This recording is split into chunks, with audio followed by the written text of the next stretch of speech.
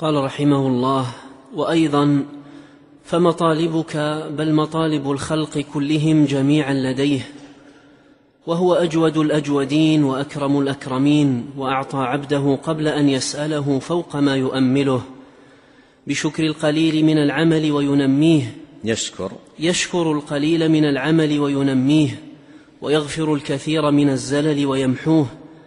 يسأله من في السماوات والأرض كل يوم هو في شأن، لا يشغله سمع عن سمع، ولا يغلطه كثرة المسائل ولا تغلطه كثرة المسائل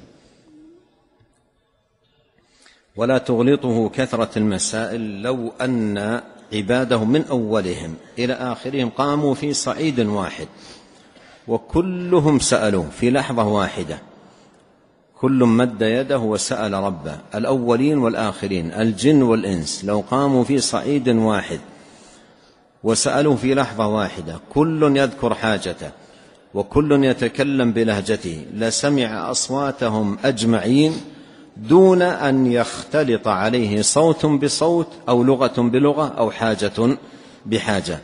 لا تغلطه كثرة الحاجات. نعم. قال رحمه الله: ولا يتبرم بإلحاح الملحين، بل يحب الملحين في الدعاء، ويحب أن يسأل ويغضب إذا لم يسأل. نعم، يحب سبحانه وتعالى أن يسأل، ويحب أن يلح عليه بالسؤال، بينما ابن آدم يكره أن يسأل ويكره أن يلح عليه بالسؤال. أما الرب جل في علاه يحب من عبده أن يكون ملحا على متضرعا مكثرا من الدعاء والسؤال والتذلل. نعم. يستحي من عبده حيث لا يستحي العبد منه. إن الله حي كريم، يستحي من عبده إذا رفع إليه يديه أن يردهما صفرا. نعم. ويستره حيث لا يستر نفسه، ويرحمه حيث لا يرحم نفسه.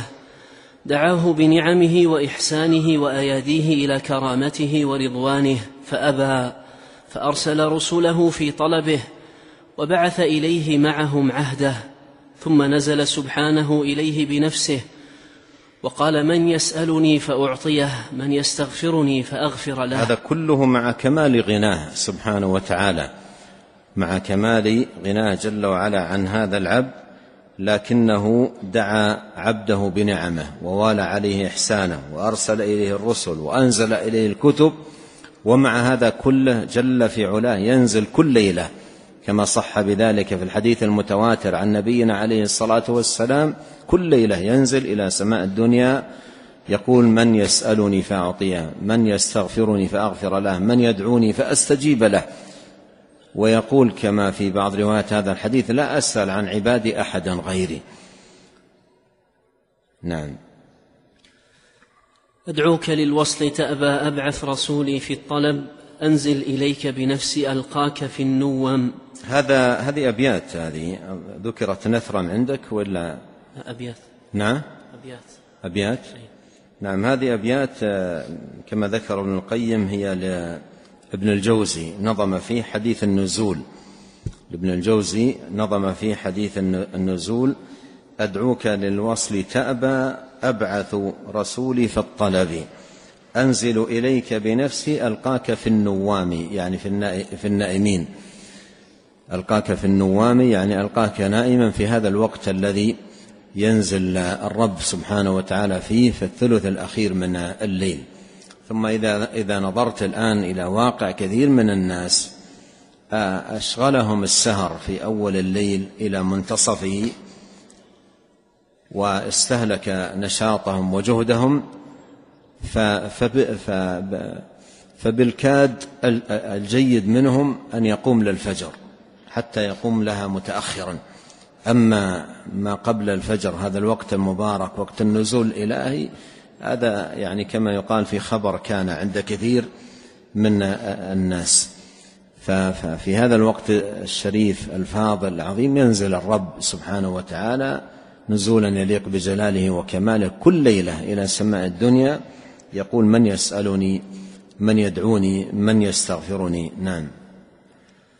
قال رحمه الله: وكيف لا تحب القلوب من لا يأتي بالحسنات إلا هو، ولا يذهب بالسيئات إلا هو، ولا يجيب الدعوات إلا هو، ولا يقيل العثرات ويغفر الخطيئات ويستر العورات ويكشف الكربات ويغيث اللهفات وينيل الطلبات سواه، فهو أحق من ذكر وأحق من شكر وأحق من عبد وأحق من حمد، وأنصر من ابتغي وأرأف من ملك، وأجود من سئل وأوسع من أعطى، وأرحم من استرحم وأكرم من قصد، وأعز من التجأ إليه وأكفى من توكل عليه، أرحم بعبده من الوالدة بولدها، وأشد فرحا بتوبة التائب من الفاقد لراحلته التي عليها طعامه وشرابه في الأرض المهلكة إذا يئس من الحياة ثم وجدها.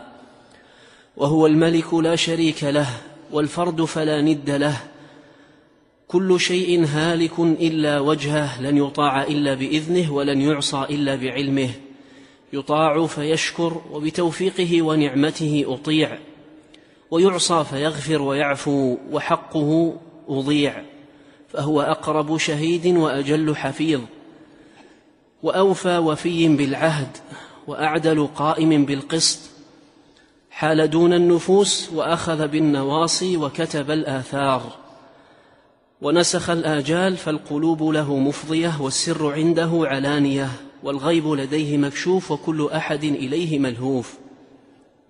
عنت الوجوه لنور وجهه، وعجزت القلوب عن إدراك كنهه، ودلت الفطر والأدلة كلها على امتناع مثله وشبهه، أشرقت لنور وجهه الظلمات، واستنارت له الأرض والسماوات، وصلحت عليه جميع المخلوقات، لا ينام ولا ينبغي له أن ينام، يحفظ القسط ويرفعه. عندنا يخفض، نعم، يخفض القسط ويرفعه، يرفع إليه عمل الليل قبل النهار وعمل النهار قبل الليل، حجابه النور، لو كشفه لأحرقت سبحات وجهه ما انتهى إليه بصره من خلقه، ما اعتاض باذل حبه لسواه من عوض ولو ملك الوجود بأسره. هذا البيت يعني جعله سبحان الله خاتمة ينبه بها المقصود مما سبق من بسط هذه المعاني وتوسيع هذه المعاني في القلب. فذاك الذي ذهب بقلبه في حب هو حب متاهات وحب ضياع وعشق فاسد. يقول ابن القيم بعد أن ساق هذه المعاني العظيمة، يقول: ما اعتاض باذل حبه لسواه من عوض ولو ملك الوجود بأسره. ما هناك عوض يعوض عن عمارة القلب بحب من هذا شأنه سبحانه وتعالى. ولهذا كم يحتاج العبد إلى أن يمتن هذا الحب في قلبه ويوسع مساحته في نفسه، ويعمل على بذل الأسباب التي تقوي محبة الله في قلبه.